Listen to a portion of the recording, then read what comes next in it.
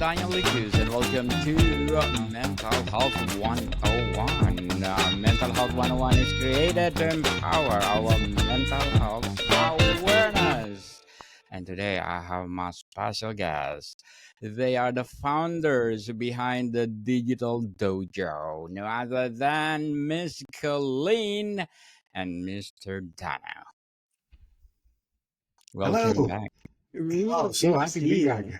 Thanks for having us again, Daniel. Yes, welcome back. Welcome back. And thank you so much for being part on mental health awareness. And for sure, let's talk about mental health. Yeah, it's a beautiful thing to be focusing on. We're so grateful to be here. A fantastic topic that we cannot talk enough about. Yeah.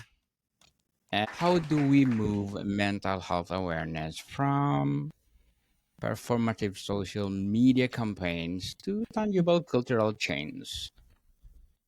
Yeah, that Great is question. that is a Awesome question. fabulous question. Um, I think that's a you answer. Uh, well, one of the ways that we promote very consistently, Daniel, the value of mental health awareness is by trying to create a real link between the idea of mental health and the awareness of it as being important and the practical use and value of that. And Colleen and I, in our work separately and together, encourage people to tackle their mental health awareness kind of from one very simple aspect. And we encourage people to take time to focus on how they feel. It's very, very important for us to understand how we are feeling. And not just because, we are wanting to be rah rah about the idea that emotions are important, but the practical application of that is that when you focus on you feel, this magical thing happens. And it's called you understand how you feel. Okay. And when we understand how we feel, we can remain much more well resourced in our daily lives and in our interactions with people to have an opportunity to respond to life as opposed to react, and to meet life with the best sides of ourselves as compared to the sides of us that are driven by fear, overwhelm, and anxiety and stress. So Very. focusing on how you feel is, I think, one of the most important aspects of mental health and mental health awareness, because you cannot make good decisions when you are missing information. And when you recognize that your emotional content is very, very valuable information for you that will help you make decisions throughout your day in very practical ways, then you can realize how important it is to know how you feel about things and to pay attention to how you feel about things, because that will put you in the best position to speak as authentically as you are able to. And that's where we engage people most effectively, when we're speaking authentically, being ourselves, feeling relaxed, telling the truth, and moving forward without a hidden or unconscious agenda driving the bus. Very well said. Miss Colleen, do you have something to add? Yeah, thank you. I was just thinking that's a good answer. I love Oh, when we're on interviews because I hear Dana say things and I'm thinking, oh, that's good. I'm good. I'm going to listen to this later. me too. I I think what I would add is one of the things that I get more and more excited about is helping people take the idea of shame away from mental health. So many, I know it's so much more mainstream now that people take care of their mental health. It's to a lot of people, it's just a given. But even with the people where it's a given, there are those topics or that one topic where, oh, but this one I'm ashamed of. This one is embarrassing. This one's stupid. This one's my fault. And when we can realize that there is no shame that's attached to mental health, it's just similarly to if you got hit by a baseball and you got a bruise or broke your arm, there is no shame to that. It's not, oh, my arm didn't try hard enough, it's my arm's fault. In a similar way, as soon as we take that shame away, then it starts to be something that we can get excited about. If you compare Digital Dojo to a mental health, where you can relate. Mm. I'm going to say start with you again. I need a little time to percolate. Sure. Well, just like an actual physical dojo, uh, the digital dojo and its online incarnation is a place where you can come to learn, and where learning is not only accepted, but it's encouraged. One of the big barriers to people getting support with their mental health is the idea of the shame around learning. That if you have to learn something, well, something's wrong with you. You should know that already. Why don't you understand that yet? How come you haven't been able to fix that on your own? What's wrong with you that you can't make this decision by yourself? So much of what prevents growth is shame around admitting that we need help, and that we, particularly in some instances, don't know what to do. When we can recognize that needing help is not a shameful uh, condition to be in, not knowing what to do is not a shameful condition to be in, then we can relax all of that anxiety and worry of ridicule, judgment about something being wrong with us, when we can just admit that, hey, there's some things I don't know. And maybe if I got some new information, I might be able to understand why I don't know those things and then learn about them so that I can help myself. So the dojo, a traditional dojo, like a physical dojo, is a place where it's set up for people to come and arrive and say, hey, I don't know this particular set of techniques or skills, and I'm excited to be here to learn about them. The digital dojo is a spiritual and mental well-being awareness space for people to do just that. I don't know something about myself. I want to learn it. And not only are they not shamed for that, we applaud them and we support and motivate them and encourage them to start that journey and stay on that journey for as long as it feels productive to them. And I would add as well, because I agree all of that. I would add as well that you're closer than you think. You are doing better than you think you're doing. Almost everybody that we speak to, whether it's in a class or whether it's in when we're working with a group or presenting, people will come up and say, oh, that one little change that you suggested, I didn't realize I am way more capable of this, and I'm doing way better than I thought it was. I thought it was this big hard trek to get to the top of the mountain, and I've actually done 99% of the climb. I just have to do that last little step. Congratulations for putting out the digital dojo for everyone. Hoping for more and more success. Thank What you, every Daniel. what everyday phrases like crazy or OCD unintentionally perpetuated stigma, and what alternative foster compassion? Oh, Beautiful. So great, Daniel. I'm doing better when I have time to think today. Sure. Usually I'm super fast, but today I feel like I'm talking a lot, but if it's of use, I will happily continue. I always love hearing what you have to say, Cole. So one of the things that I encounter in my work a lot, Daniel, in my personal work, and also when Colleen and I work together with a client or with a group of people, is this idea of weakness.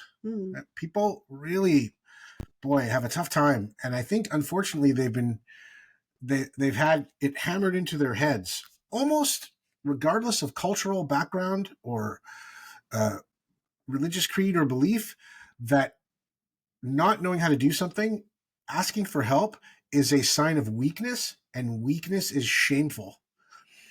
So one of the antidotes that we use in our work, I think, is a bit of awareness around recognizing just how prolific that idea is, that people are taught that if they need help or don't know how to do something or can't do something perfectly the first time, that they're weak and therefore shameful and therefore useless, is the idea of encouragement. The amount of times I encounter, and Colin and I encounter in our work, just how discouraged people are in general about their self-worth, about their abilities, about their capacity, about the value of their own assessment and judgment. It's incredible to realize just how little encouragement most people have ever genuinely received. So we set up the Digital Dojo as a place for people to come and find encouragement in the direction of their most valued aspirations, dreams, and desires. And the idea of encouragement that we work with is the idea of reminding people that their courage is always available to them. And when we encourage them, what we're inspiring them hopefully to do and motivating them to do is enter into their own courage. What does that mean? And enter into the power of their own heart and to feel the kind of energy and inspiration that comes from connecting to how they actually feel about things, not how they were taught to feel, not how they think they should feel, but how they actually feel in the moment of every interaction that they're in. And that's a way to give people a practical understanding of what entering into your courage actually means and how it's important on a daily basis, and kind of reinforces the idea of how important it is to pay attention to how you feel. Indeed, how do you feel right now? It's very important. And why do societies invest more in emergency mental health care than preventative community support? Miss Beautiful Colleen? question. Yeah. Um, I I think it's I mean, I could give you a very long sociological answer, but the short version the short version is that because mental health has been so poorly understood for so long, um, even things like PTSD, it's such a relatively recent term. And before that, people who had gone to a war, had something happen, they were said to have shell shock.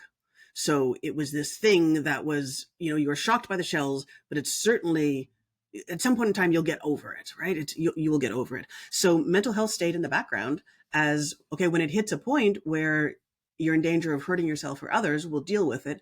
But up until then, gosh, we just hope you get over it. And more now, I think that that medical groups as well as insurance companies are seeing the benefits of when your mental health improves, your emotional health improves, your physical health improves. They're really starting to see that connection. My background is as a traditional Chinese medicine practitioner. So the way I was taught, if you have liver qi stagnation, then you could have stress that causes physical symptoms. You could have physical symptoms that cause your meridians to be jammed. The meridians jammed could cause physical symptoms and stress. You can go in any of those ways, but when you are, I think honestly, I think people are learning now. It saves money if you take care of mental health early. True.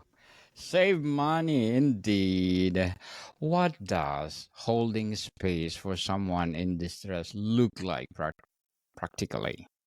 Hmm. For practitioners or for like In, in, average gen- people in general, in yes. general? Yeah. Um, I want to be overly simple and say, uh, just accept, just just listen and accept. So many of us are taught to try to fix the problem, let them know where they're wrong, let them know where they can be more hopeful, um, let them know what they did differently, that, if you do this differently next time, it won't bother you as much. And so many times we just all need to be listened to and accepted for where we are. Yes, indeed. And how can we support others' mental health without sacrificing our own? That's Good. awesome. That's a great one. Um, you or me? You. Um, so many times I think that we are taught that we are lucky. I'm going to divert slightly. My apologies. We are lucky to have friends and to have clients from who are just everything. They're from every place. They speak every language. We interact with people with all sorts of different religions and beliefs, and it's a beautiful thing.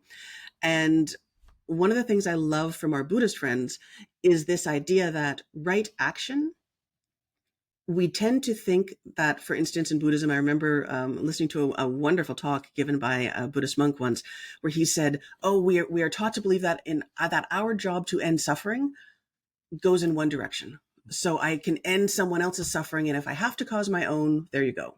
And then I get so tired by that I end my own suffering, and I'm sorry if it causes yours. But really true right action is when I am ending suffering for myself and the other person, or at the very least, not causing it for myself or the other person. And I think as long as we keep that in mind, that we are allowed to include ourselves in that it's because then the other person doesn't feel bad either. They feel like they can talk to us again if they don't leave and we're, flat out on the floor, exhausted after talking them through something. It allows for things to be addressed more consistently. Very well said, Miss Dana. Very well said. Beautifully articulated. Is constant mental health discourse online helping or harming? When does awareness become overwhelmed? Oh, I kind of have an answer for that too, but do you have an answer? Go. I'm enjoying listening to you talk. Very much. I always have something to say, but I'm learning a lot. Thank you. My answer is very simple. When someone said this is the way, as opposed to this is my way or this is a way. Mm-hmm. When we see something online that says, here's a way to help your mental health, try it on, see how it treats you. If it doesn't treat you well, that's okay. It's not your thing. Great. We can try that the way we would hats when we're going outside when it's sunny, or food when we're going to a restaurant. When someone says this is the way, and if you don't do it this way, you are wrong, you should be ashamed, you are hopeless, you are fill in the blank, that's when it gets dangerous for people, I think. That doesn't allow us to take or leave it. Yes. Yeah. Totally, indeed. How about do you have a different answer? I was just going to say, I was just going to add to that with the word only, because when people try to present to you the idea that something is the only way to do something, this is the only way you're going to feel better, this is the only way you're going to improve your mental health, that can leave people in a state of even more anxiety than they entered with, because that sense of perfectionism is a large stressor for people already as it is. So if they're coming in feeling like, I'm not feeling well in my mental health and stability because I'm already not being perfect, when they're faced with something that says, well, this is the only way to do this, there's only one way and this is it, and you get it either right or you get it wrong, that puts a lot of pressure on people and makes them feel like they've only got one chance to improve their situation. The truth of it is that we have many opportunities, and abundant a number of opportunities, to take better care of ourselves and to take better care of our mental well-being and our mental health.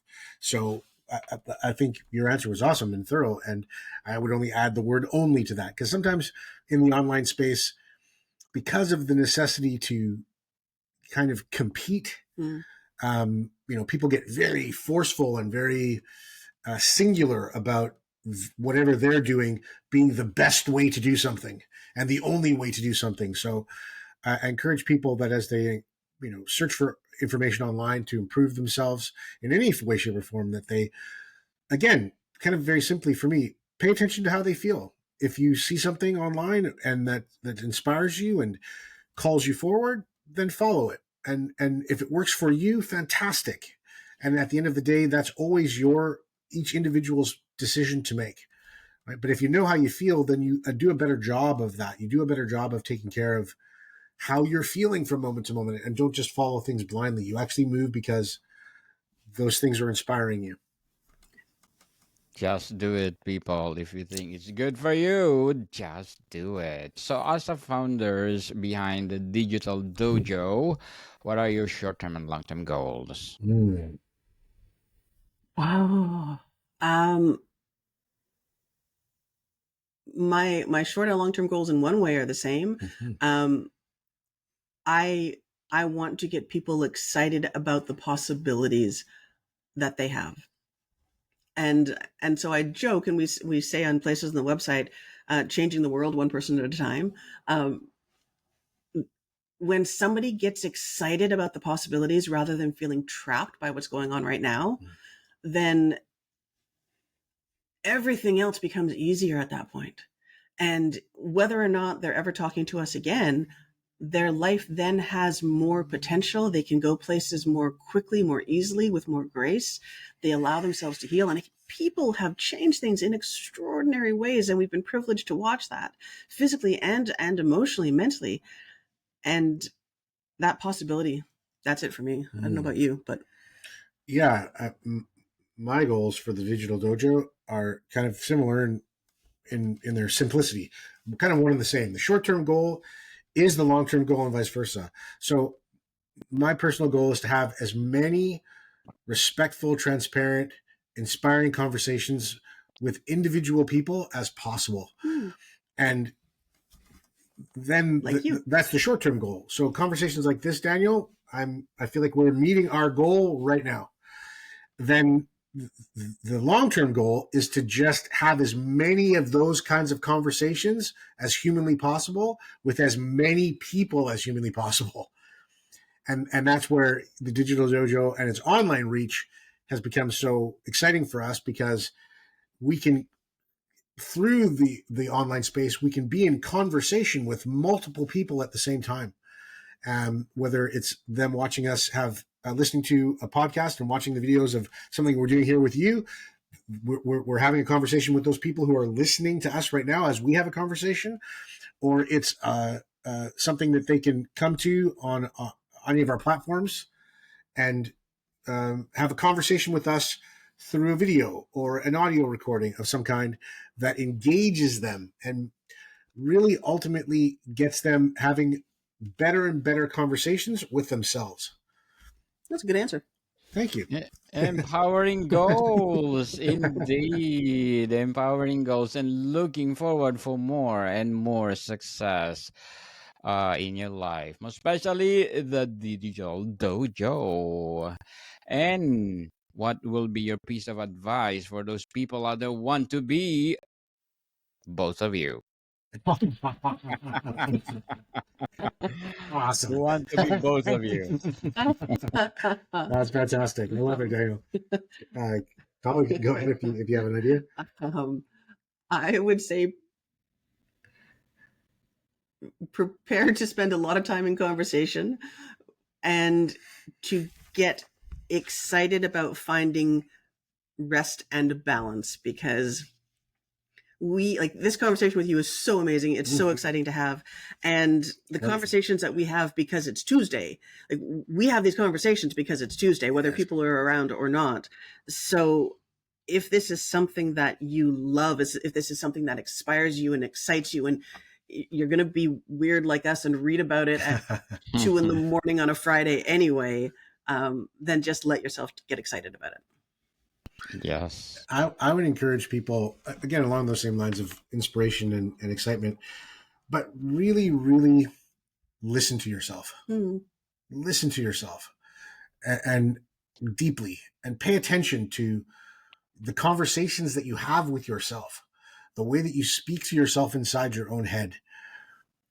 Follow the things that feel better and better, and be aware of the things that are full of judgment or shame, and deeply, deeply listen to yourself. It will improve your relationship with yourself, and it will give you more possibility than you ever thought imaginable to improve your relationships with everybody in your life. So that would be my one simple piece of advice. Listen to yourself and trust what you hear. That's good. That's really good, both of you. Thank you for your advice. And why are men 3 times more likely to die by suicide? And how we redefine masculine support through mental health? Awesome. Yeah. So true, and such an important question. I think this one you start with. Sure. Yeah. And I can speak from my professional experience, my educated experience, and also my personal experience. So maybe I'll start there, because that's the one that's the most present to me. Personally, when I was growing up, I'm son of immigrants, a first-generation Canadian. My parents both came from very modest backgrounds and in the Caribbean islands. And we were taught that you had to work really, really hard for everything that you got. On top of that, my father was in the military for 30 years. And I can remember as a child, falling down off my bike and hurting myself, or even getting disciplined by my father and showing emotion around it, like I was scared or sad or upset or hurt. And him doing the best he could with the tools he had would very lovingly, sometimes very sternly, tell me to some version of suck it up. What are you crying for? There's nothing to cry for. Strong boys don't cry. Strong boys don't get sad. They just dust themselves off and get back on the bike. They just try again.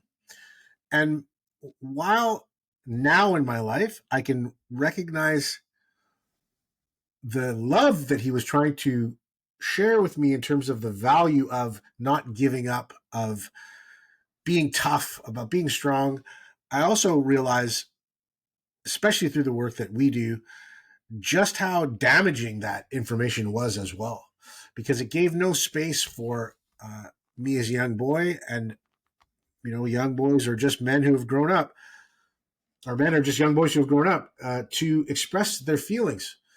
And when we put powerful contents like our emotions under so much pressure and restrict them and hold them back, at some point that pressure is going to explode.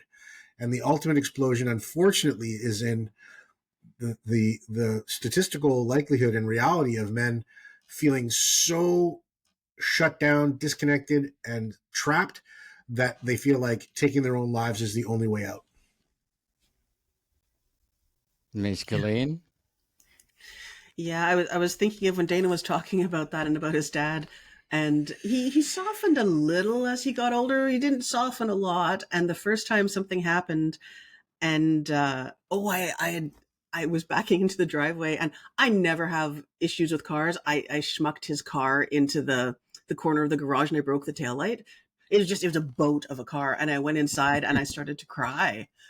And he looked at me and he said, "Why are you crying?" And I said, "Because I broke your taillight and I feel bad." And he said, "There's no crying in the military."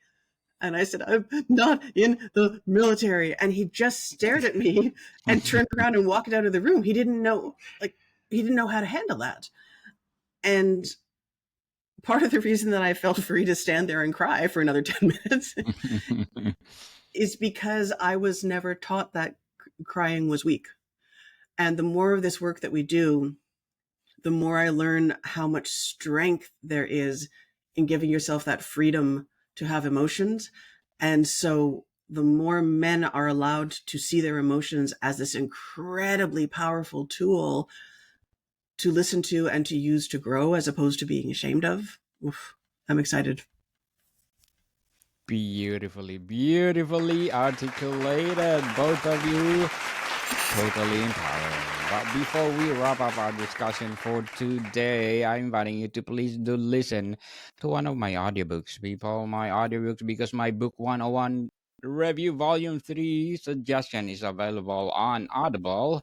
And of course, my book 101 Review Volume 2 selected, and my book 101 Review Volume 1 highly recommended. And of course, my self-help books, Thread of Existence, Weaving the Tapestry of Life. Life is too short. A journey of discovery and fulfillment and joy. Stand tall, stand together, breaking the chains of bullying. And of course, my climate change book, Earth Fever, Unraveling Climate and Our Race to Restore Balance. Available on Audible and one of the bestsellers. So please do grab them and listen to them. It is one of a kind. So, what's widely accepted awareness practice we should stop doing, Ms. Colleen and Mr.Dana? I'm still excited about those books. Me too. We have a new reading list, Daniel. Thank you. We're going to tackle those books too, man. Thank you. So sorry. Now I'm trying to be back. When widely accepted practice we should stop doing, allowing ourselves to use certain words as if they are useful. I am ashamed. You should be ashamed. I am broken. You are broken. There's no way. Just allow ourselves every time we hear that to gently let go of it. But whenever you see anything online with self-help where they say, well, here's why so-and-so is broken. Here's where you should be ashamed. And if you fix this, then you'll finally be good enough. That's when you just go, bless, so appreciate you. No, thank you. Have a nice day. Awesome. That's a great answer. Yeah, wonderful. I would say that I want to switch up some language for people and get them away from the idea that they're only going to have any value or worth if they're perfect. So to me, the practice of perfectionism, the pursuit of perfectionism is very, very damaging. What I'd like to see that become instead is the pursuit of progress. Just be a little bit better every day. Just do a little bit more every day in terms of anything that you feel is valuable for you to put into the world. If we can make progress consistently, then we will build proficiency in that area, and we will get more confident about what it is that we have to offer, because we'll know the value of it, and we won't just be relying upon other people's estimation of our value to find a place of worth and a place to contribute in the world. So I would say the practice of perfectionism in its pursuit would be the one thing I would like to see people stop beating themselves down with. Nice.